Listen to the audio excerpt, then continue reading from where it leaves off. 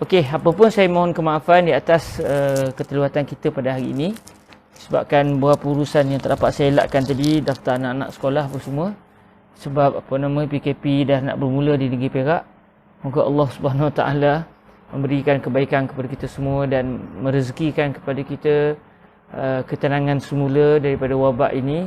Yang wabak penyakit ini adalah tanda kekuasaan Allah Azza wa Jal dan tanda untuk kita kenal kepada Allah di dalam semua keadaan kita, sama ada keadaan lapang, keadaan susah. Sebab orang mukmin ni adalah apa keadaan sekalipun dia akan ingat kepada Allah Ta'ala dan dia mengenal Allah Azza wa Jal. Apabila kita diberikan ujian seperti ini, kita dapat mengenal Allah, bahawa Allah Ta'ala itu adalah Tuhan yang tidak dikalahkan, Tuhan yang tidak terkalah. Tidak ada siapa yang dapat mengalahkan ketentuan Allah Azza wa Jal. Apabila kita berada dalam keadaan gembira, kita kenal Allah Ta'ala selaku Tuhan yang memberikan nikmat. Jadi syukur pada Allah di atas segala keadaan. Moga-moga Allah Subhanahu Wa Taala memberikan kepada kita kekuatan untuk dapat berada di dalam kebaikan dan dapat menghadapi qada dan qadar ini dengan baik biiznillah Subhanahu Wa Taala.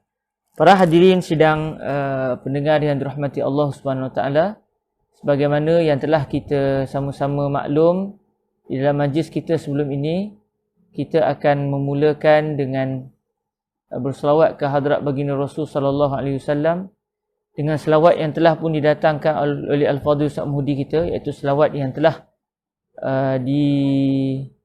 direzekikan oleh Allah Subhanahu Wa Taala kepada Syekh Musa Ad-Darir menerusi mimpi yang telah beliau terima, yang Nabi alaihi salatu wasallam telah pun mengajar kepada beliau akan salawat ini sewaktu beliau dan para sahabat beliau berada di atas kapal dan mereka diserang dengan satu ribut taufan yang sangat dahsyat yang dikenali dengan nama ribut Al-Iqlabiyah, yang biasanya manusia tidak akan selamat daripada ribut yang sangat dahsyat tersebut sewaktu mereka berada di tengah laut. Maka Rasulullah SAW telah meminta seluruh ahli kapal menerusi mimpi yang telah direzekikan kepada Syekh Musa Ad-Darir yang ketika itu juga berada di atas kapal, untuk berselawat kepada Nabi dengan salawat yang didatangkan oleh Al-Fadhil Ustaz Muhdi kita di bahagian komen. Nabi minta supaya dibaca 1000 kali. Dan Allah Azza wa Jalla telah merezekikan kepada seluruh ahli kapal tadi, selepas daripada Syekh Musa Ad-Darir bangun daripada tidur, memberitahu kepada ahli kapal, lalu mereka telah berselawat sebanyak 300 kali dengan tujuan untuk sampai kepada 1000 kali. Namun dengan takdir Allah Subhanahu Wa Taala, sewaktu mereka tiba pada bilangan 300 kali salawat ini, Allah Subhanahu Wa Taala telah pun memberikan kelapangan kepada mereka dan mereka selamat daripada taufan yang menggila ketika itu, dengan berkat berselawat ke hadrat baginda Nabi alaihi salatu wasallam. Maka semoga Allah Azza wa Jalla juga dengan berkat kita berselawat, walaupun tidak banyak, kita selawat setiap kali majlis kita selawat 11 kali. Moga-moga Allah Azza wa Jalla juga mengangkat wabak ini daripada diri kita, daripada para sahabat kita, daripada kaum keluarga kita. Seterusnya semoga Allah mengangkat wabak ini daripada Malaysia, mengangkat wabak ini daripada Mesir, mengangkat wabak ini daripada semua negara umat Islam dan mengangkat wabak ini daripada seluruh dunia ini, insya-Allah Azza wa Jal. Moga-moga Allah mengurniakan kesabaran kepada kita dan memberikan kebaikan kepada mereka yang ditimpa dengan wabak ini, dengan pengampunan dosa, diangkat darjat. Allahumma amin. Baiklah, sama-sama kita berselawat ke hadrat baginda Nabi alaihi salatu wasallam sebanyak 11 kali dengan selawat yang telah didatangkan oleh Al-Fadhil Ustaz Muhdi di bahagian komen. Okey. Bismillahirrahmanirrahim. Inna Allah wa malaikatahu yusalluna 'alan nabiy. Ya ayyuhalladzina amanu sallu 'alaihi wa sallimu taslima. Allahumma salli ala sayyidina Muhammadin salatan tunajjina biha min jami'il ahwali wal afat wa taqdi lana biha jami'al hajat wa tutahhiruna biha min jami'is sayyi'at wa tarfa'una biha a'la ad-darajat wa tuballighuna biha aqsal ghayat min jami'il khairat fil hayati wa ba'dal mamat وعلى آله وصحبه وسلم. اللهم صل على سيدنا محمد صلاة تنجينا بها من جميع الأهوال والآفات وتقضي لنا بها جميع الحاجات وتطهرنا بها من جميع السيئات وترفعنا بها أعلى الدرجات وتبلغنا بها أقصى الغايات من جميع الخيرات في الحياة وبعد الممات وعلى آله وصحبه وسلم.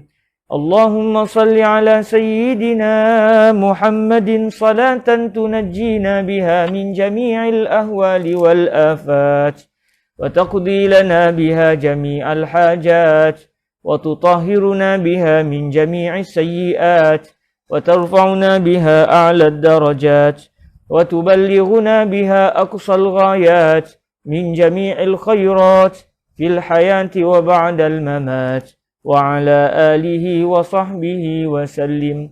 اللهم صل على سيدنا محمد صلاة تنجينا بها من جميع الأهوال والآفات وتقضي لنا بها جميع الحاجات وتطهرنا بها من جميع السيئات وترفعنا بها أعلى الدرجات وتبلغنا بها أقصى الغايات من جميع الخيرات في الحياة وبعد الممات وعلى آله وصحبه وسلم. اللهم صل على سيدنا محمد صلاة تنجينا بها من جميع الأهوال والآفات وتقضي لنا بها جميع الحاجات وتطهرنا بها من جميع السيئات وترفعنا بها أعلى الدرجات وتبلغنا بها أقصى الغايات من جميع الخيرات في الحياة وبعد الممات وعلى آله وصحبه وسلم. اللهم صل على سيدنا محمد صلاة تنجينا بها من جميع الأهوال والآفات وتقضي لنا بها جميع الحاجات وتطهرنا بها من جميع السيئات وترفعنا بها أعلى الدرجات وتبلغنا بها أقصى الغايات من جميع الخيرات في الحياة وبعد الممات وعلى آله وصحبه وسلم. اللهم صل على سيدنا محمد صلاة تنجينا بها من جميع الأهوال والآفات وتقضي لنا بها جميع الحاجات وتطهرنا بها من جميع السيئات وترفعنا بها أعلى الدرجات وتبلغنا بها أقصى الغايات من جميع الخيرات في الحياة وبعد الممات وعلى آله وصحبه وسلم. اللهم صل على سيدنا محمد صلاة تنجينا بها من جميع الأهوال والآفات وتقضي لنا بها جميع الحاجات وتطهرنا بها من جميع السيئات وترفعنا بها أعلى الدرجات وتبلغنا بها أقصى الغايات من جميع الخيرات في الحياة وبعد الممات وعلى آله وصحبه وسلم.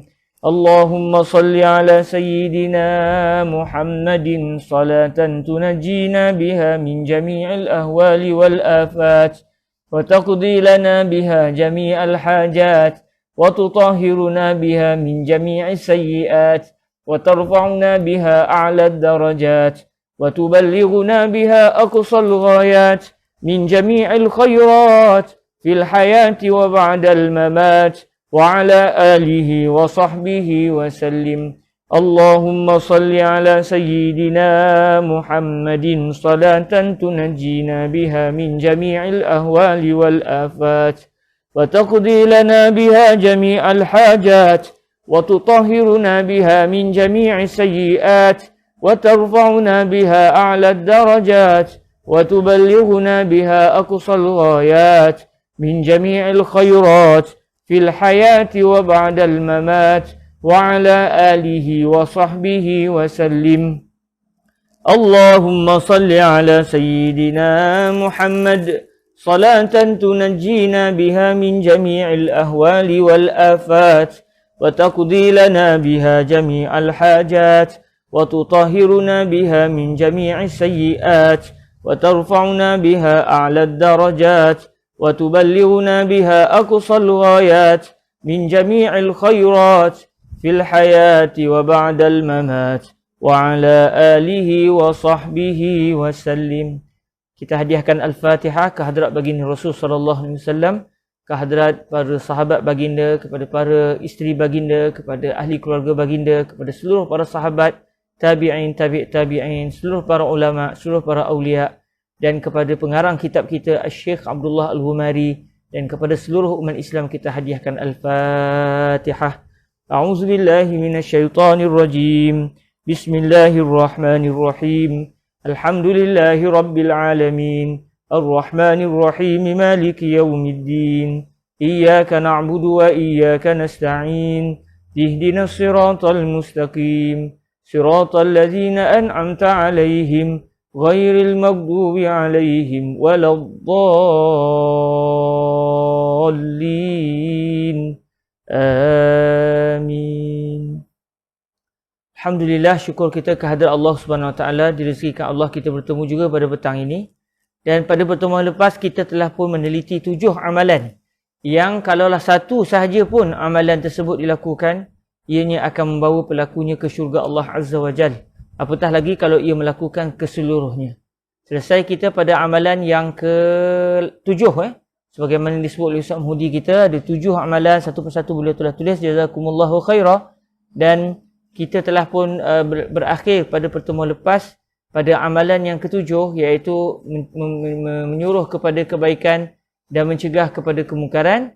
Dan insya-Allah pada hari ini kita akan masuk kepada amalan yang ke-8, iaitu apakah yang perlu dilakukan oleh seseorang sekiranya dia tidak mampu untuk mencegah kemungkaran dan menyuruh kepada kebaikan. Adakah di sana ada peluang untuk dia melakukan amalan yang lain yang membawanya kepada syurga Allah Azza wa Jal, berdasarkan apa yang telah diriwayatkan oleh Sayyidina Abu Dzar Al-Ghifari radhiyallahu taala anhu wa ardahu. Iaitu kalau kita lihat pada muka surat yang ke-11, pada muka surat yang ke-11, iaitu 1 2 3 4 5 6 7 8, 9, 10, 11, 12. 12 daripada bawah, iaitu baris yang ke-12 daripada bawah. Sekitar baris yang ke-12 daripada bawah, iaitu pada ucapan yang berbunyi, Qala Abu Dzarrin ara'aita in kana 'ayyan la yastati'u an ya'mura bil ma'ruf wa yanha 'anil munkar. Bismillahirrahmanirrahim. Bisnadina al-muttasil la sayyidina al-imam Abdullah ibni Muhammad As-Siddiq Al-Ghumari rahimahullahu azza wa jalla wa nafa'ana Allahu bi'ulumihi wa ulumi masyayikhihi wa talamizatihi wa qurra'i kitabihi tamami minnatihi wa sairi musannafatihi wa syurrahiha Allahumma amin. Qala rahimahullahu azza wa jalla, qala Abu Dzarrin radhiyallahu ta'ala anhu, ara'aita in kana 'ayyan la yastati'u an ya'mura bil ma'ruf wa yanha 'anil munkar.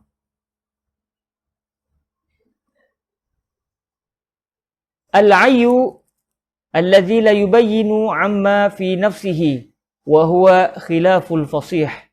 Cuma tuan-tuan yang dirahmati Allah, yang tertulis di buku kita tu, kalau kita tengok ada ditulis kira-kiranya ada 3 ya, alif lam ain ya ya ya. Yang tepatnya adalah hanya dengan 2 ya, kita baca al-ayyu. Al-ayyu alladhi la yubayyinu amma fi nafsihi. Jadi ada sedikit kesilapan pada cetakan kitab Tamamul Minnah yang ada di hadapan kita. Qala rahimahullahu azza wa jal, al-ayyu alladhi la yubayyinu amma fi nafsihi wa huwa khilaful fasih. Qala an-nabiy sallallahu alaihi wa alihi wasallam, yasna'u li akhraqa. Al-akhraqu huwa alladhi la yuhsin at-tasarruf li dha'fi idrakihi. Wa ma'na yasna'u lahu yu'inuhu kama jaa fi riwayati al-Baihaqi falyu'inil akhraq. wa awjuhul i'anati muta'addidatun. Yu'inuhu fi ikhtiyari bida'atin yuridu shira'aha aw fi hamli syai'in lam yaqdir ala hamlih aw yuslihu lahu syai'an lam yahtadi liwajhi islahihi. Jadi kalau ikut dalam perbahasan yang ke-8 ini, iaitu amalan yang ke-8, apabila sebelum ini Sayyidina Abu Zar bertanya kepada soalan tentang apa yang perlu dilakukan, akhirnya Nabi menyatakan hendaklah seseorang itu menyuruh kepada kebaikan dan mencegah daripada kemungkaran. Lalu Sayyidina Abu Zar bertanya kepada baginda Nabi SAW, apakah pandanganmu wahai Rasulullah, sekiranya orang tersebut adalah seorang yang ayyi. Apa dia ayyi? Iaitu orang yang tidak dapat menjelaskan apa yang ada dalam dirinya. Maksudnya dia tidak petah berbicara. Kalau dia bercakap pun mungkin orang salah faham. Sedangkan mencegah kemungkaran dan menyuruh kepada kebaikan memerlukan kepada lidah, memerlukan kepada kenyataan yang jelas. Jadi kata Sayyidina Abu Zar Al-Ghifari, bagaimana sekiranya seseorang itu yang dia mahu mencegah kemungkaran dan menyuruh kepada kebaikan, tapi masalahnya dia adalah seorang ayyi, iaitu seorang yang tidak dapat menjelaskan apa yang ada dalam jiwanya, iaitu orang yang tidak fasih. Dia cakap orang tak faham, dia cakap pun berpusing-pusing, orang sampai tak faham. Jadi macam mana dia nak menyuruh orang kepada kebaikan dan mencegah pula orang daripada kemungkaran, sedangkan kalau dia sebut pun orang tak faham. Jadi adakah orang seperti ini ada peluang untuk masuk ke syurga Allah Azza wa Jal dengan melakukan amalan yang lain? Jadi kata Syekh Abdullah Al-Umari, al-ayyu alladhi la yubayyin amma fi nafsihi wa huwa khilaful fasih. Dari segi bahasa Arab, ayyi adalah orang yang tidak dapat menerangkan apa yang ada dalam hatinya, dan ayyi adalah lawan kepada fasih. Orang fasih maknanya ucapan dia jelas, fasih berbicara, petah berbicara, manakala ayyi adalah yang sebaliknya. Lalu sekiranya orang itu adalah orang yang tidak fasih di dalam sebutan, tidak fasih dalam berbicara, jadi apa pula yang dia boleh lakukan supaya dia juga dapat masuk ke syurga Allah Azza wa Jal? Lalu Nabi SAW bersabda, yasna'u li akhraqa. Hendaklah dia melakukan untuk orang yang akhraq. Apa dia akhraq? Jadi kata Syekh Abdullah Al-Ghumari, al-akhraqu huwa alladhi la yuhsin at-tasarruf. Akhraq adalah seorang yang tidak bagus dari tindakan. Dia tidak pandai dalam membuat tindakan. Maknanya dia ni seorang yang sering kali kalau buat keputusan silap. Kalau melakukan sebarang tindakan selalunya tidak tepat. Jadi orang seperti ini hendaklah dibantu. Jadi kata Nabi SAW, orang yang tidak mampu menyuruh orang lain kepada kebaikan dan tidak mampu untuk menegah orang kepada kemungkaran disebabkan dia bukanlah seorang ahli yang petah berbicara, maka dia boleh melakukan perbuatan yang seterusnya yang juga membawanya ke syurga Allah Azza wa Jal, iaitu dia menolong orang yang selalunya tersilap di dalam membuat tindakan, orang yang tidak cerdik, yang kalau membeli barang selalunya rugi, kalau berniaga selalu rugi, kalau buat sebarang tindakan selalunya silap. Jadi seorang yang tidak petah berbicara boleh membantu orang ini supaya orang itu tidak melakukan kesilapan di dalam sebarang tindakan. Jadi kata Syekh Abdullah Al-Ghumari, al-akhraq huwa alladhi la yuhsin at-tasarruf li dha'fi idrakihi. Al-akhraq adalah orang yang tidak bagus dari segi tindakan. Dia tidak bagus dalam membuat sebarang tindakan disebabkan kedhaifan, disebabkan kelemahan pengetahuannya.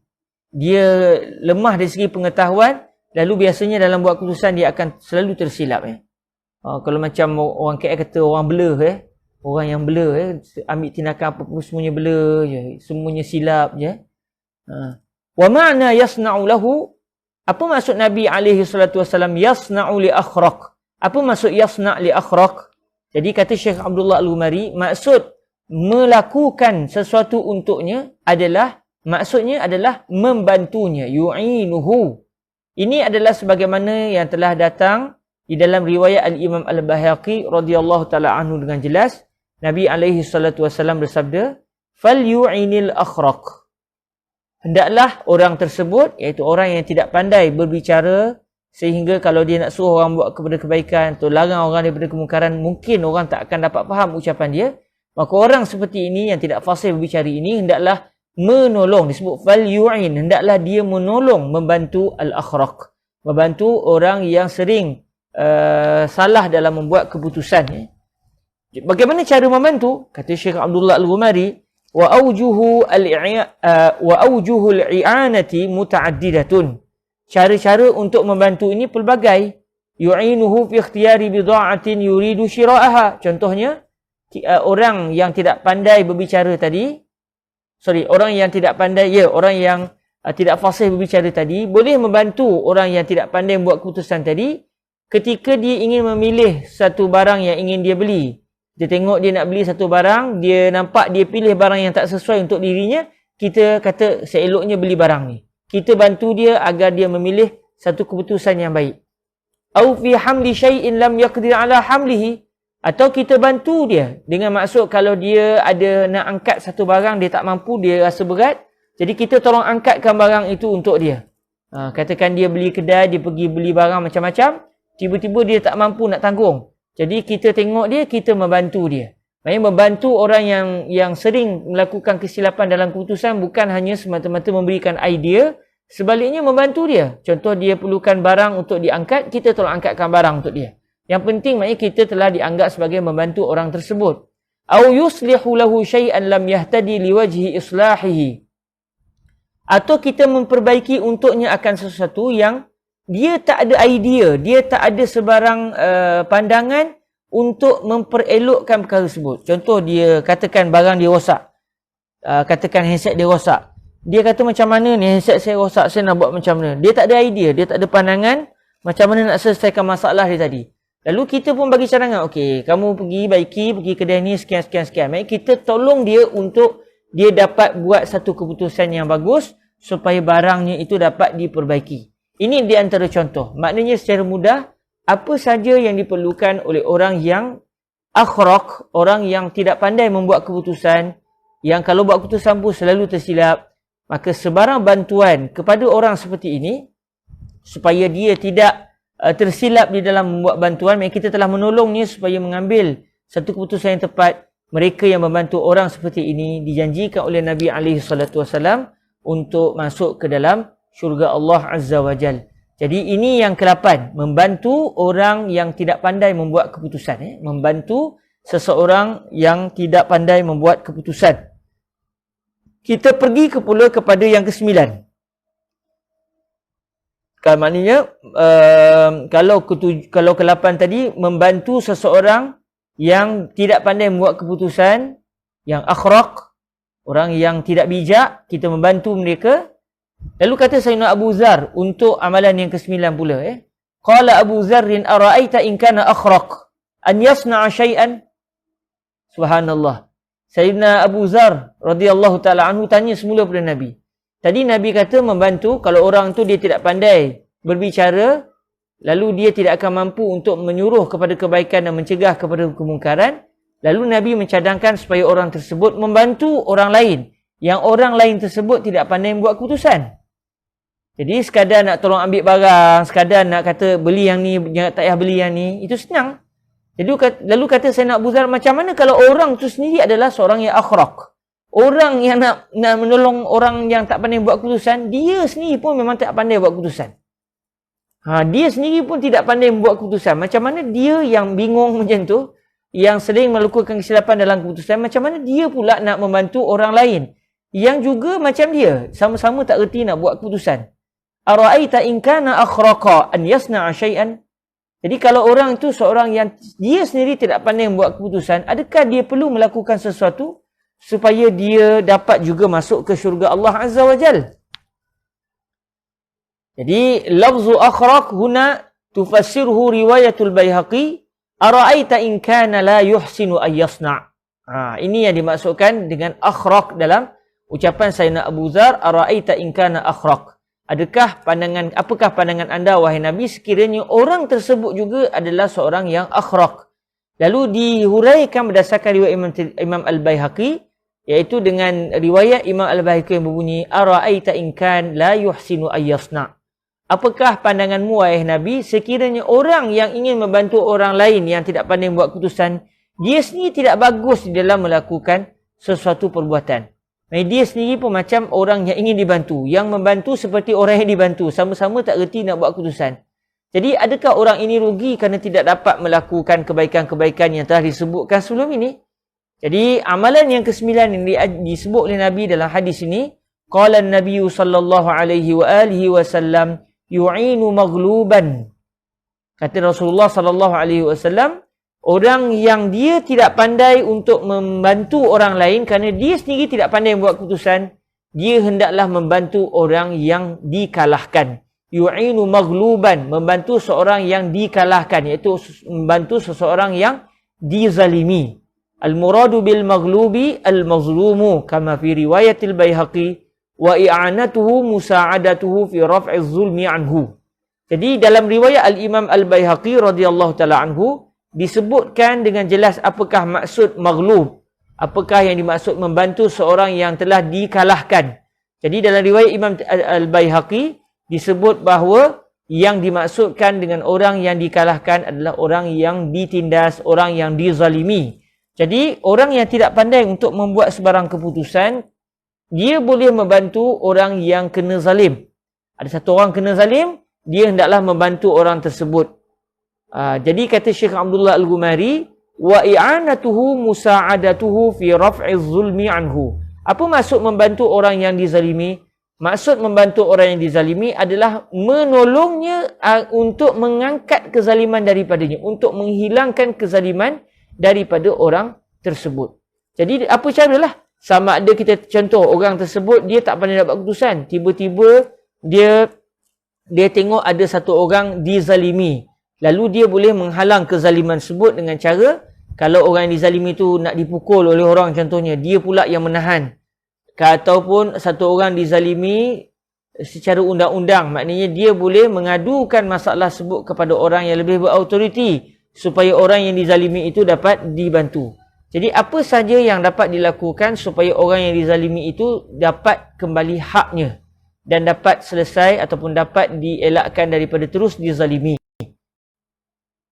Kemudian Sayyiduna Al-Imam Abu Dzar radhiyallahu taala anhu bertanya lagi kepada Nabi alaihi salatu wasallam. Qala Abu Dzarrin, "Ara'aita in kana dha'ifan la yastati'u an yu'ina maghluba?" Wahai Nabi alaihi salatu wasallam, apakah pandangan anda sekiranya orang tersebut adalah seorang yang lemah? Dia sendiri tidak mampu untuk membantu orang yang dizalimi. Sebab Nabi kata kalau dia tidak pandai membuat keputusan, maknanya kalau dia sendiri tak pandai buat keputusan, macam mana nak tolong orang lain untuk buat keputusan, maka dia hendaklah membantu orang yang dizalimi. Lalu kata Sayyidina Abu Dzar, macam mana pula kalau dia tu seorang yang lemah dan sehingga dia tidak mampu untuk menolong orang yang dizalimi. Dia seorang yang lemah, kalau nak tolong orang yang dizalimi dengan dia kena zalim lepas tu. Jadi nak buat macam mana? Qala an-nabiy sallallahu alaihi wa alihi wasallam yumsiku an adzan nas. Hendaklah orang yang lemah tersebut, yang dia tak boleh nak suruh orang berkebaikan, tak boleh cegah orang kedengkuran, dia tak boleh nak tolong orang supaya buat keputusan yang bagus, dia sendiri tidak mampu untuk menghalang kezaliman. Okey, kerana dia seorang yang lemah, dia kena buat apa?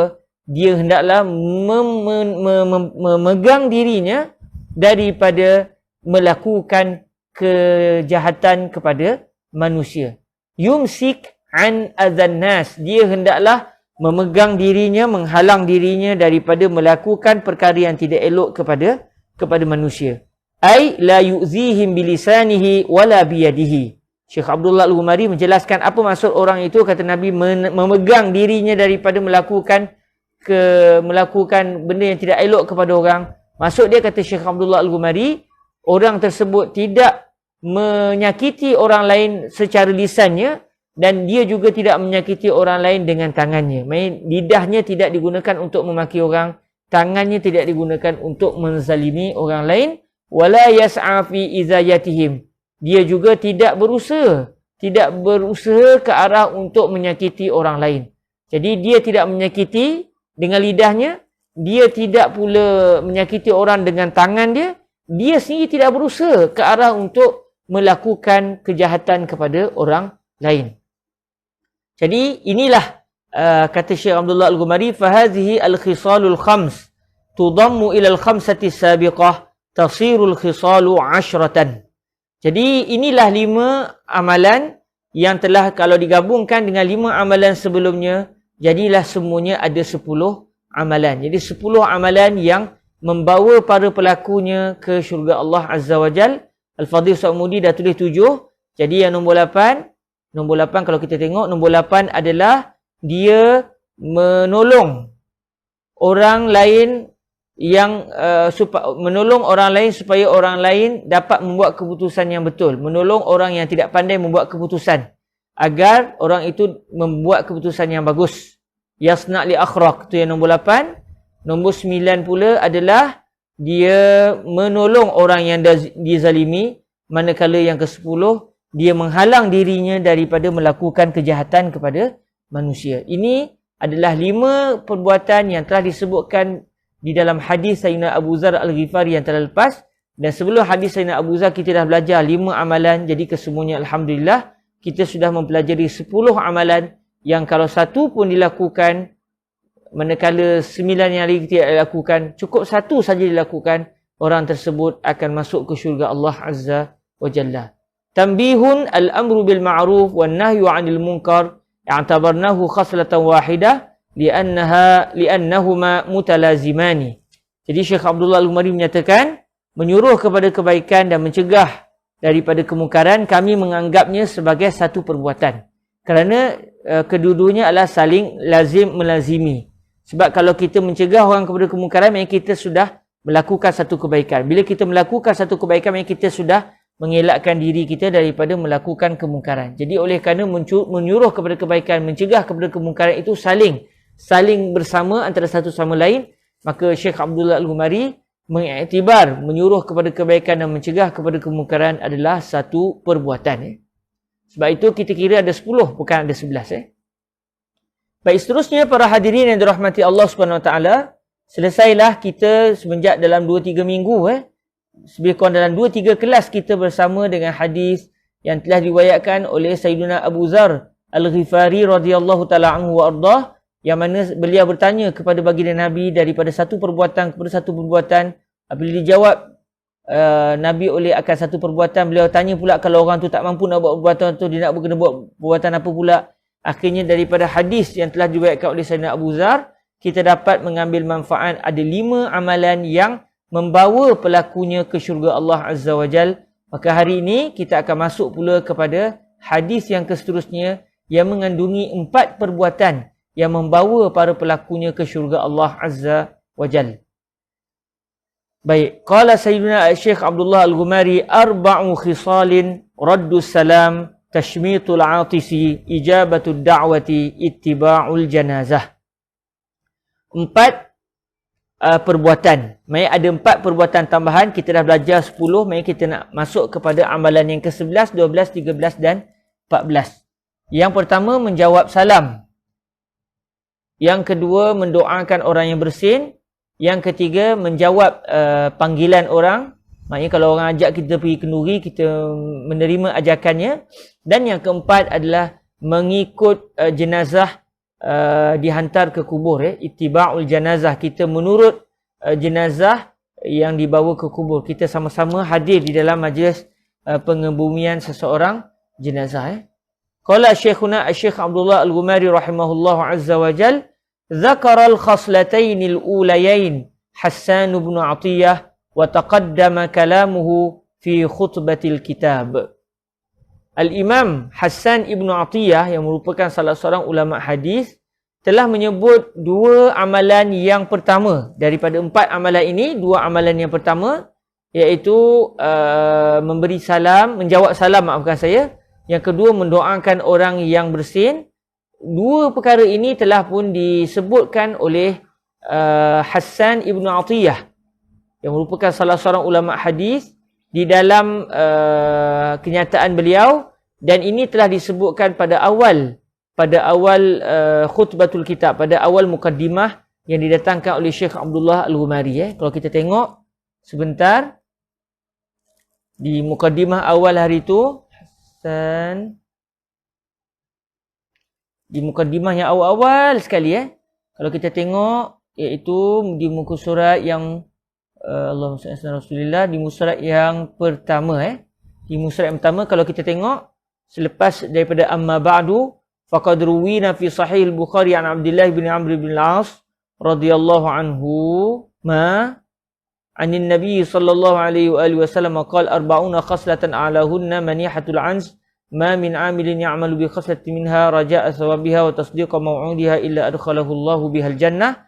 Qala Hassan, ini Hassan ibnu Atiyah, fa'adadna ma duna manihatil anz min raddis salam wa tashmitil atis wa imatatil adha 'anit tariq wa nahwihi famastata'na an nablu 15. Jadi kata Hassan ibnu Atiyah dalam menghuraikan hadis yang diriwayatkan oleh Al-Imam Al-Bukhari radhiyallahu anhu, dan beliau merupakan salah seorang perawi hadis yang didatangkan oleh Al-Imam Al-Bukhari. Kata beliau, kami telah mengira amalan-amalan yang disebutkan dalam hadis-hadis yang lain yang membawa pelakunya ke syurga selain daripada manihatul anz, iaitu memberikan susu kepada seseorang, iaitu beliau kata yang kami jumpa antaranya raddus salam, menjawab salam dan mendoakan orang yang bersin, imatatul adza anit tariq, membuang kotoran di jalan dan selain daripadanya. Kata Hassan ibn Atiyah, kami tidak mampu untuk sampai kepada 15 amalan. Maksudnya kami cuba cari, kami tak dapat nak sampai kepada 15 amalan. Jadi Alhamdulillah Syekh Abdullah Al-Ghumari telah mengumpulkan, mencari satu persatu sehingga dapat kepada 40 amalan. Alhamdulillah. Jadi daripada ucapan Hassan ibn Atiyah, tahulah kita antara perkara yang membawa kepada seseorang ke syurga Allah Azza wa Jal adalah menjawab salam, dan yang kedua adalah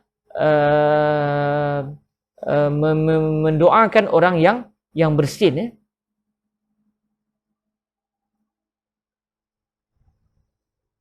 Okey. Jadi kita kembali semula. Hassan ibnu Atiyah. Kita balik semula kepada perbahasan kita tadi. Jadi kata Syekh Abdullah Al-Ghumari, zakara al-khaslataini al-ulayaini Hassan ibn Atiyah wa taqaddama kalamuhu fi khutbatil kitabi. Hassan ibn Atiyah telah pun meriwayatkan dua amalan yang pertama, dan perbahasan ini telah pun dinyatakan di khutbatul kitab, di mukaddimah buku ini, dan alhamdulillah kita telah pun baca sebentar tadi. Lalu kata Syekh Abdullah Al-Ghumari, wa li anna hadhihi al-khisala ja'alaha asy-syari'u haqqan min huquqil muslimi ala akhihi al-muslim, fa fi sahihain an Abi Hurairah radhiyallahu anhu, Allahumma ighfir li sayyidina Abi Hurairah wa li ummi sayyidina Abi Hurairah radhiyallahu anhuma, anna Rasulullah sallallahu alaihi wa alihi wasallam qala haqqul muslimi 'alal muslimi khamsun raddus salami wa 'iyadatul maridi wa ittiba'ul janaizi wa ijabatud da'wati wa tashmitul 'atisi, salakal hadithul khisalal arba'ata ma'a 'iyadatil maridi fi nizam wa huwa yadullu 'ala anna hukmaha wahidun wal jazaa'a 'alaiha wahidun aidan wa hadha wadihun la khafa'a bihi. Jadi Syekh Abdullah Al-Ghumari sekarang ingin menyatakan mengapa beliau berpendapat bahawa 4 perbuatan tersebut membawa pelakunya ke syurga Allah Azza wa Jal. Sebab kalau dalam hadis tidak disebutkan dengan jelas bahawa orang yang melakukan 4 perbuatan ini akan dibawa ke syurga Allah Azza wa Jal. Lalu kata Syekh Abdullah Al-Ghumari, disebabkan khisal ini, 4 amalan ini telah dijadikan oleh asy-syari', iaitu Allah dan Nabi alaihi salatu wasalam.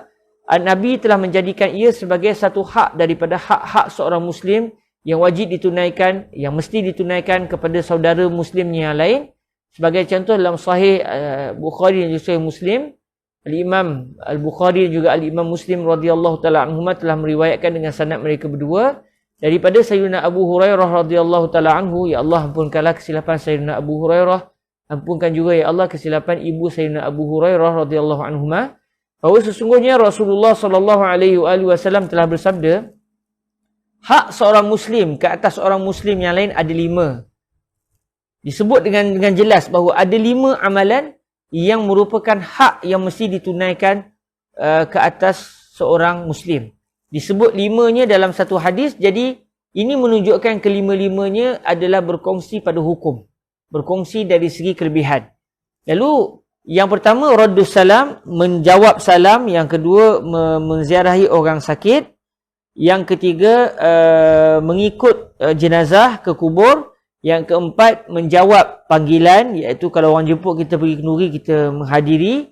Dan yang kelima, mendoakan orang yang bersin. Dan kita dah bincang sebelum ini bahawa menziarahi orang sakit itu membawa pelakunya ke syurga Allah Azza wa Jal. Itu saja yang disebut dengan jelas bahawa pelakunya dibawa ke syurga Allah Azza wa Jal disebabkan melakukan satu ibadah, iaitu menziarahi orang sakit. Dan kita telah bincangkan sebelum ini. Kalau kita tengok dalam checklist yang ditulis oleh Ustaz Muhdi, iaitu pada amalan yang keempat, menziarahi orang sakit. Jadi menziarahi orang sakit disebut dalam hadis-hadis yang lain bahawa orang yang menziarahi orang sakit akan dijamin oleh Allah dan Nabi bahawa dia akan masuk ke syurga Allah Azza wa Jal. Jadi oleh kerana 5 amalan ini ataupun 4 amalan ini telah disertakan bersama dengan menziarahi orang sakit. Lalu kata Syekh Abdullah Al-Ghumari, hadis ini telah menjadikan 4 amalan yang berbaki, iaitu menjawab salam, mengikut jenazah, menjawab panggilan, iaitu kalau orang ajak pergi kenduri dia hadiri, dan yang keempat, mendoakan orang yang bersin. Hadis ini yang telah diriwayatkan oleh Al-Imam Al-Bukhari juga Al-Imam Muslim ini telah menjadikan 4 amalan ini bersama-sama dengan menziarahi orang sakit dalam satu nizam, dalam satu kenyataan, dalam satu ayat. Dan ini menunjukkan bahawa, kata Syekh Abdullah Al-Umari, ini menunjukkan bahawa hukum kelima-limanya adalah sama dan balasannya juga adalah sama, dan ini adalah jelas tidak ada kesamaran padanya. Jadi di sini tahulah kita bahawa Syekh Abdullah Al-Ghumari rahimahullah azza wa jal telah mengkiaskan 4 amalan, iaitu menjawab salam, mengikut jenazah, mengkabulkan pelawaan, dan yang keempat, mendoakan orang yang bersin. 4 amalan ini dikiaskan oleh Syekh Abdullah Al-Ghumari kepada menziarahi orang sakit. Kerana menziarahi orang sakit disebut dalam satu hadis bersama-sama dengan 4 amalan ini, manakala dalam hadis-hadis yang lain disebut bahawa menziarahi orang sakit membawa kepada pelakunya, iaitu pelaku ziarah tersebut akan dibawa ke syurga Allah. Maka disamakan hukumnya secara kias. Lalu kata Syekh Abdullah Al-Ghumari, ini menunjukkan bahawa 4 amalan selain daripada menziarahi orang sakit ini, 4 ini juga akan membawa pelakunya ke syurga Allah Azza wa Jal. Jadi inilah cara kefahaman Syekh Abdullah Al-Ghumari dalam menjadikan 4 amalan ini membawa pelakunya ke syurga Allah Azza wa Jal, iaitu secara kias. Kerana disertakan dalam satu hadis bersama-sama dengan menziarahi orang sakit. Dan sebelum ini kita telah pun meneliti bahawa ada hadis secara khusus yang menyatakan menziarahi orang sakit adalah membawa penziarah itu ke syurga Allah Azza wa Jal. Jadi kita akan masuk kepada amalan yang ke-11. Yang pertama, iaitu raddus salam. Ada 4 amalan. Kita dah belajar sebelum ni 10. Mari kita masuk kepada amalan yang ke-11, iaitu menjawab salam. Qala Sayyidina Al-Imam Al-Syekh Abdullah Al-Ghumari rahimahullahu Azza wa Jal, wa raddus salami wajibun ala al-kifayati, bima'na anna syakhsan law sallama ala syakhsaini aw akthar, faradda salama wahidun kafa 'anil baqiyah, fa illam yarudda ahadun asimu jami'a. Menjawab salam adalah wajib secara kifayah. Wajib kifayah. Bukan menjadi bukan menjadi fardu ain, tapi ia merupakan fardu kifayah. Okey? Menjawab salam adalah fardu kifayah. Maknanya kalaulah sebagai contoh, saya masuk dalam satu majlis, kemudian saya bagi salam, maka tidaklah wajib ke atas semua yang berada dalam majlis itu menjawab salam saya. Cukuplah kalau ada seorang sahaja yang telah menjawabnya, maka dengan seorang menjawab salam saya tadi, yang lain sudah tidak lagi berdosa meninggalkan jawapan salam kepada saya. Tapi kalau saya bagi salam kepada beberapa kumpulan, beberapa orang dalam satu majlis, tiba-tiba tidak ada seorang pun yang menjawab salam saya, maka semua yang berada dalam majlis itu akan berdosa. Jadi menjawab salam adalah wajib, iaitu secara fardu kifayah. Lagi baik kalau semuanya menjawab. Tapi tidaklah diwajibkan untuk semuanya menjawab. Cukup apabila seorang saja menjawab, maka yang lain akan gugur dari segi kefarduannya. Walaupun kalau semua jawab, semua akan dapat pahala. Tapi kalau semua tak jawab, maka ia akan menyebabkan semua mereka tersebut berdosa kepada Allah Azza wa Jal. Kata Syekh Abdullah Al-Ghumari lagi, wa yakunu raddu salami bi sautin murtafi'in bihaitsu yasma'uhu man sallam. Bila kita nak jawab salam, kata Syekh Abdullah Al-Ghumari, jawab salam, bila kata contoh orang lain bagi salam kepada kita, maka kita yang nak balas salam tadi, nak jawab salam, hendaklah kita menjawabnya dengan suara yang kuat. Iaitu sekira-kira orang yang memberikan salam tadi dengar yang salamnya sudah dijawab oleh kita. Jadi kalau dia bagi salam, tiba-tiba kita jawab, kita seorang je dengar, dia tak dengar kita jawab salam. Maknanya ketika itu, ia belum lagi dianggap melunaskan hak kewajipan. Maka menjawab salam hendaklah dengan suara yang kuat. Kerana tujuan menjawab salam adalah supaya orang yang memberi salam itu, dia rasa gembira kerana salamnya dibalas.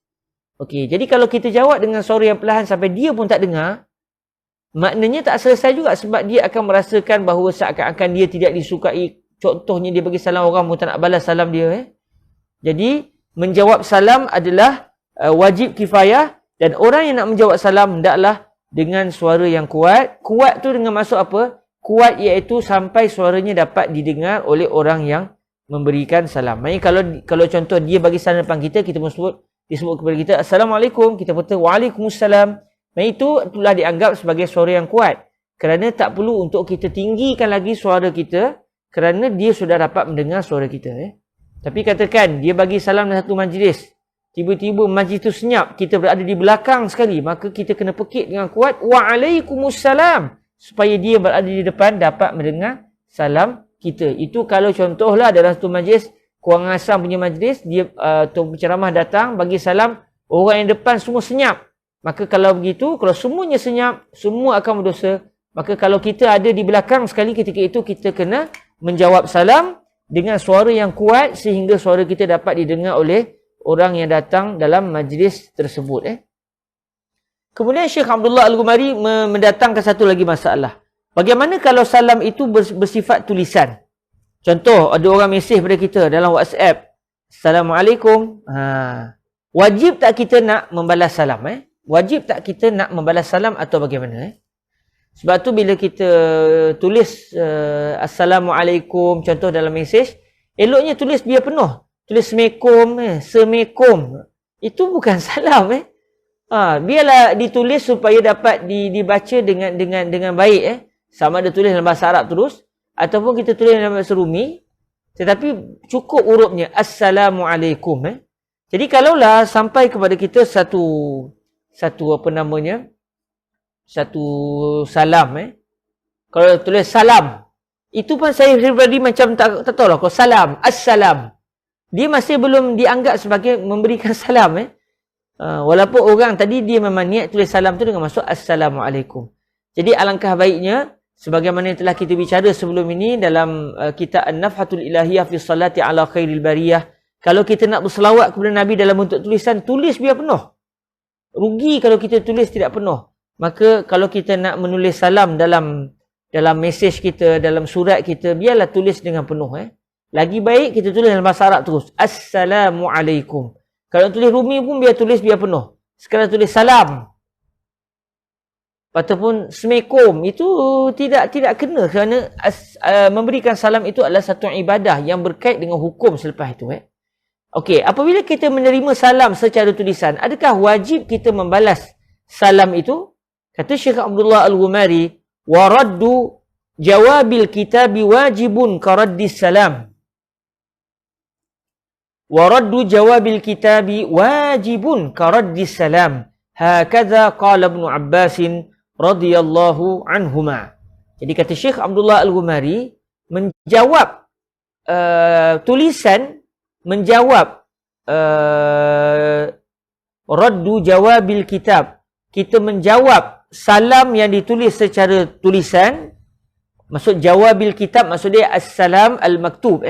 Wa raddu salam al-maktub, itu maksud yang dimasukkan dengan jawabul kitab. Wa raddu jawabil kitabi wajibun karaddis salam. Kita menjawab salam yang bertulis itu adalah wajib seperti kita menjawab salam. Maksud dia seperti kita menjawab salam yang berbunyi. Maknanya sebagaimana kalau kita, orang bagi salam kepada kita, Assalamualaikum. kita dengar suara tu, maka kita wajib membalas salam tadi. Waalaikumsalam. Jadi kalau dia tulis surat kepada kita, kita juga wajib membalas salam dia. Maknanya kalau kita baca surat, dia tulis Assalamualaikum, tiba-tiba kita tak jawab, kita senyap gitu, maknanya kita sudah berdosa berdasarkan pandangan Syekh Abdullah Al-Ghumari, dan inilah yang dipegang oleh Sayyidina Abdullah ibnu Abbasin radhiyallahu taala anhuma. Jadi maknanya tuan-tuan puan-puan sidang pendengar yang dirahmati Allah Subhanahu wa taala, kalau orang mesej pada kita di WhatsApp, selalunya sekarang ni WhatsApp ataupun tulis di Messenger, Assalamualaikum, sama ada kita balas secara tulisan atau kita balas secara mulut. Kita sebut Waalaikumsalam, kita sebut Waalaikumsalam, sebab dia sudah menyampaikan salam kepada kita, maka kita menyampaikan pula salam kepada dia sama ada secara tulisan atau kita tak tulis tapi kita menjawab salam secara lisan. Walaupun dia tak dengar tapi kita sudah membalas salam dia. Lagi baik kalau kedua-duanya sekali. Kita jawab salam secara tulisan dan kita juga menjawab secara lisan. Jadi kata Syekh Abdullah Al-Ghumari, fa idza ja'aka kitabun min akhikal muslim wa lam tarudda alaihi fa anta athimun. Kalaulah datang satu kitab, datang satu tulisan daripada saudaramu yang muslim dan kamu tidak membalas tulisannya, dia bagi salam kepada kamu, tiba-tiba kamu tidak membalas salamnya, maka kamu telah berdosa. Inilah yang dipegang oleh Syekh Abdullah Al-Ghumari rahimahullahu subhanahu wa ta'ala.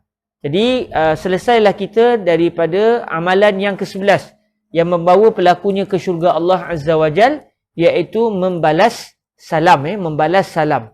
Jadi sama ada salam secara lidah atau salam secara tulisan. Bagi salam ni kadang-kadang tuan-tuan yang dirahmati Allah Subhanahu wa taala, berat juga orang Melayu kita. Saya sendiri ada pengalaman.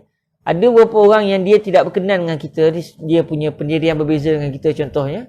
Dan saya pernah bertemu dengan satu orang tu. Bila saya bagi salam kepada dia, dia senyap. Dalam muka dia muka marah, muka dia muka marah, dan dia tidak menjawab salam saya. Kita nak tunggu dia bagi salam kepada kita, dia tak nak bagi salam. Walaupun kita lagi berusia daripada dia. Jadi atas dasar untuk merapatkan hubungan silaturahmi, saya bagi salam kepada dia. Tapi yang saya agak terkejut, wajahnya masam dan tidak pula dijawab salam tersebut. Mungkin dia marah sangat. Tetapi ala kulli hal, menjawab salam adalah merupakan satu perkara yang dituntut dan membawa pelakunya ke syurga Allah Azza wa Jal. Adapun begitu, kalau contohlah katakan, saya teringat apa yang disebut oleh guru saya Fadilatul Syekh Sa'ad bin Sa'ad Jawish Al-Husaini rahimahullah subhanahu wa ta'ala. Kalau contoh kita dengan satu orang, kita tak ngam dengan dia dan kita sendiri tidak rasa serasi dengan dia, maka kalau kita tersempak dengan dia, sekurang-kurangnya kita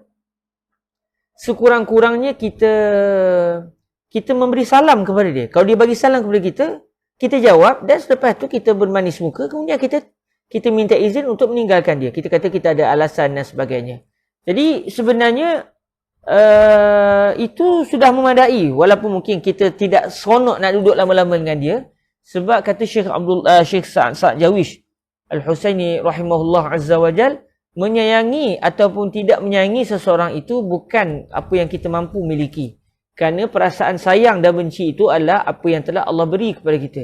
Mungkin orang tu dia tak suka dengan kita, dia tak ngam dengan kita. Mungkin kita ada buat perangai tak elok dengan dia, atau kita tak ada buat perangai pun, tapi dia sendiri tidak ngam dengan kita. Dia rasa kita macam tak serasi dengan dia. Dia tak kena dengan cara kita, cara perbualan kita ke, mungkin bahasa kita bahasa daerah yang dia tak ngam dengan kita. Dia rasa kita kasar padahal bahasa kita lembut di sisi kita. Jadi tak ngam dengan kita.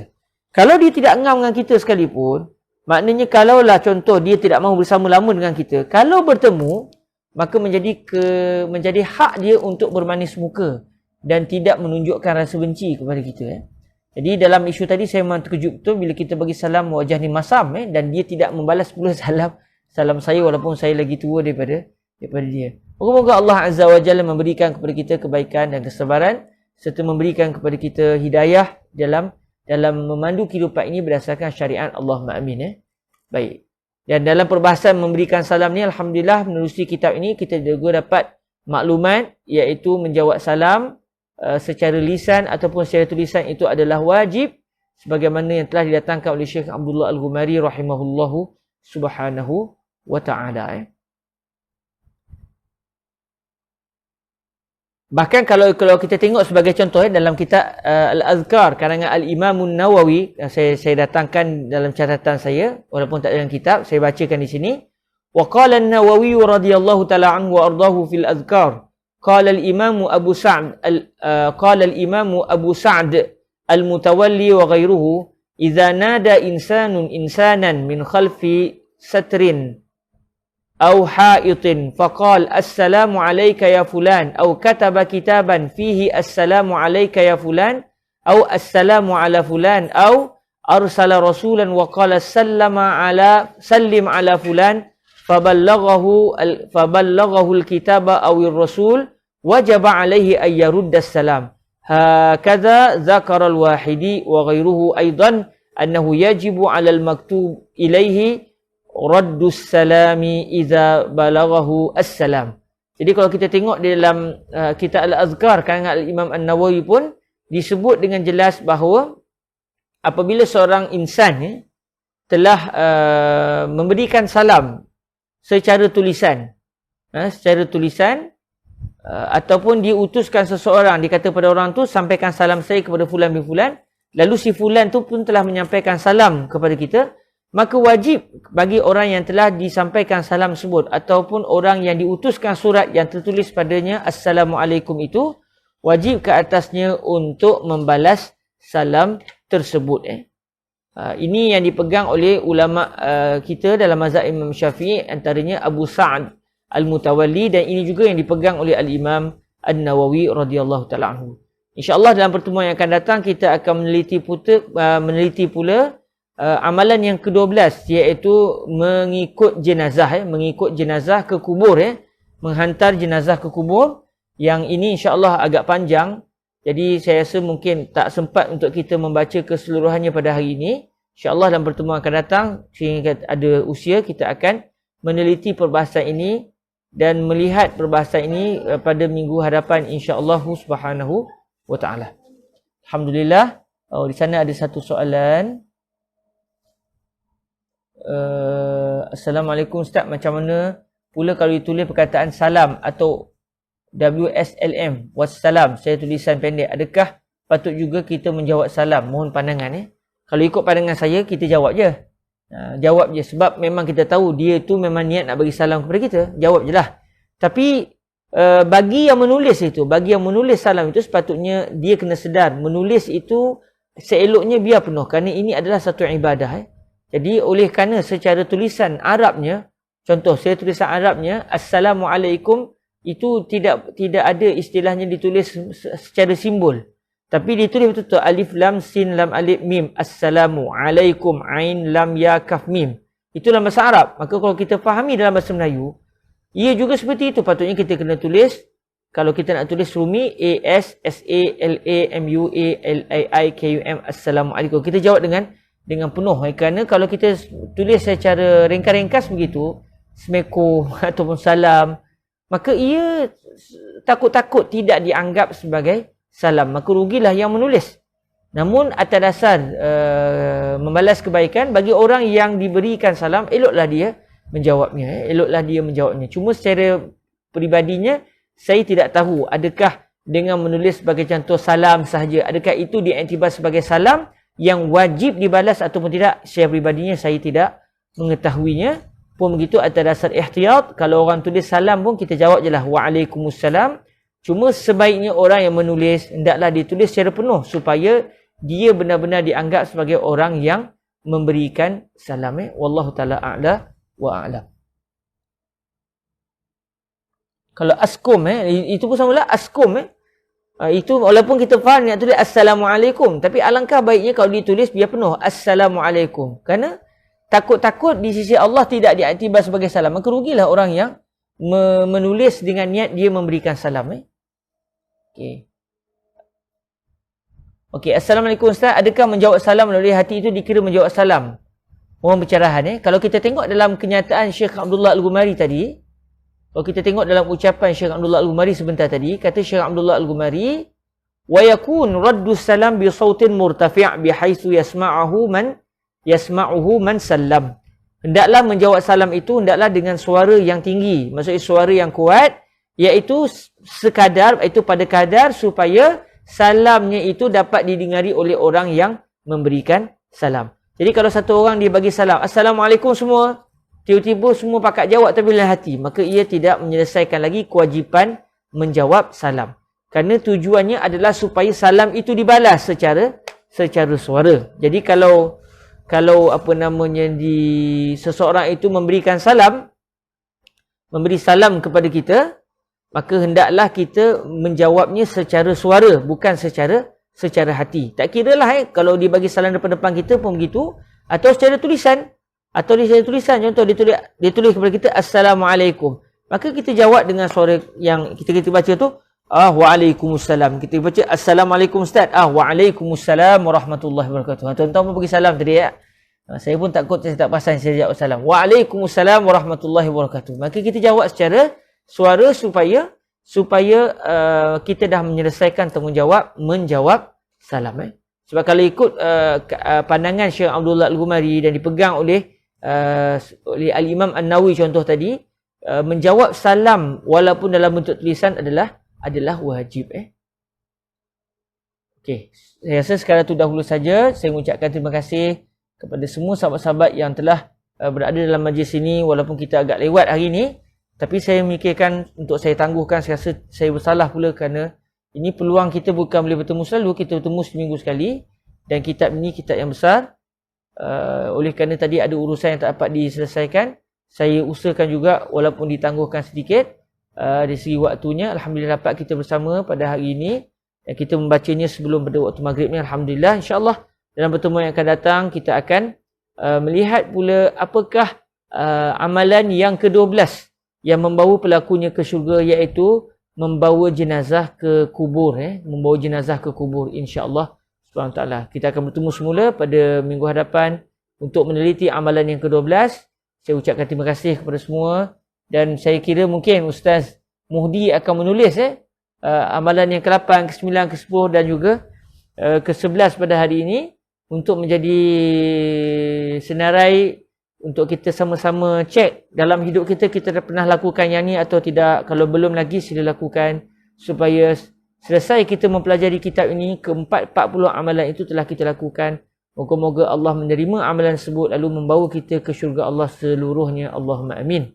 Terima kasih semua. Doakan saya dan jangan lupa doakan juga negara kita Malaysia dan juga Mesir serta negara-negara Islam yang lain serta seluruh dunia ini agar Allah Subhanahu Wa Taala memberikan kebaikan, mengangkat semula penyakit ini. Dan sebagai seorang mukmin, kita tidaklah membangkang takdir Allah Subhanahu Wa Taala, namun kita memohon agar Allah memberikan kekuatan kepada kita di dalam menghadapi takdir Allah Subhanahu Wa Taala. Kerana dalam apa keadaan sekalipun, sama ada dalam keadaan senang atau susah, kita tetap akan bersama dengan Allah Azza wa Jal. Dan pada hari ini, Alhamdulillah di Utusan Malaysia, saya telah menulis satu tulisan dalam ruangan rencana agama begitu, penawar bagi COVID-19 secara rohaninya, apa yang kita perlu lakukan supaya kita selamat daripada penyakit ini dan apa tindakan yang perlu kita lakukan dalam menghadapi musim wabak ini berdasarkan khutbah guru saya Fadilatul Syekh Yusri bin Rushdi. Saya buat kesimpulannya dan saya lakarkan dalam akhbar. Bagi yang berkesempatan boleh membacanya di Utusan Malaysia pada hari ini dalam akhbar Utusan. Dan bagi saya kenyataan guru kami tadi Fadilatul Syekh Yusri bin Rushdi selaku seorang doktor bedah, dalam masa yang sama seorang yang mahir dalam ilmu tasawuf dan juga ilmu syariat serta ilmu hadis, kita dapat melihat bahawa segala apa yang berlaku itu adalah tanda untuk Allah Azza wa Jalla ingin memanggil kita semula, ingin memberikan peluang kepada kita untuk dapat beribadah, ingin mengajak kita untuk kembali kepadanya, dan kesemuanya adalah baik. Maksudnya semua yang Allah Ta'ala rezekikan kepada kita, semuanya adalah baik, sama ada dalam bentuk ujian atau kesenangan, kesemuanya membawa kita untuk mentaati Allah Azza wa Jalla. Semoga diberikan kebaikan semuanya, semoga diberikan kesihatan, dan moga-moga kita semua selamat daripada wabak ini. Dan moga-moga Allah memberikan kesihatan kepada sahabat-sahabat kita yang dijangkiti wabak, dan bagi mereka yang sedang menghadapi wabak ini, yang sedang dijangkiti wabak ini, bersabarlah. Kerana ini semua ujian Allah Azza wa Jal untuk mengangkat lagi darjat kita di sisi Allah Azza wa Jal. Sehingga dalam hadis disebut seseorang yang diserang wabak lalu ia bersabar, kalau ditakdirkan dia meninggal dunia dalam keadaan pahalanya seperti pahala seorang yang mati syahid, kerana kesabarannya dan keredaannya di atas apa yang telah ditakdirkan oleh Allah buat dirinya. Semoga diberkati Allah semuanya. Aku qouli hadza wa astaghfirullah li wa lakum. Marilah sama-sama kita menangguhkan majlis kita dengan kita berselawat ke hadrat baginda Nabi Muhammad sallallahu alaihi wa alihi wasallam. Allahumma salli afdala salatin ala as'adi makhluqatika sayyidina Muhammadin wa ala alihi wa sahbihi wa sallim adada ma'lumatika wa midada kalimatika kullama zakaraka az-zakiruna wa ghafala an zikrihil ghafilun. Allahumma salli afdala salatin ala as'adi makhluqatika sayyidina Muhammadin wa ala alihi wa sahbihi wa sallim adada ma'lumatika wa midada kalimatika kullama zakaraka az-zakiruna wa ghafala an zikrihil ghafilun. Allahumma salli afdala salatin ala as'adi makhluqatika sayyidina Muhammadin wa ala alihi wa sahbihi wa sallim adada ma'lumatika wa midada kalimatika kullama zakaraka az-zakiruna wa ghafala an zikrihil ghafilun. Subhanakallahumma wa bihamdik ashhadu an la ilaha illa ant astaghfiruka wa atubu ilaik. Bismillahirrahmanirrahim. Wal 'asr innal insana lafi khusr illa alladhina amanu wa 'amilus salihat wa tawasaw bil haqq wa tawasaw bis sabr. Jazakumullahu khaira. Semoga bertemu lagi insya-Allah dalam pertemuan yang akan datang. Aku qouli hadza wa astaghfirullah li wa lakum. Assalamualaikum warahmatullahi wabarakatuh.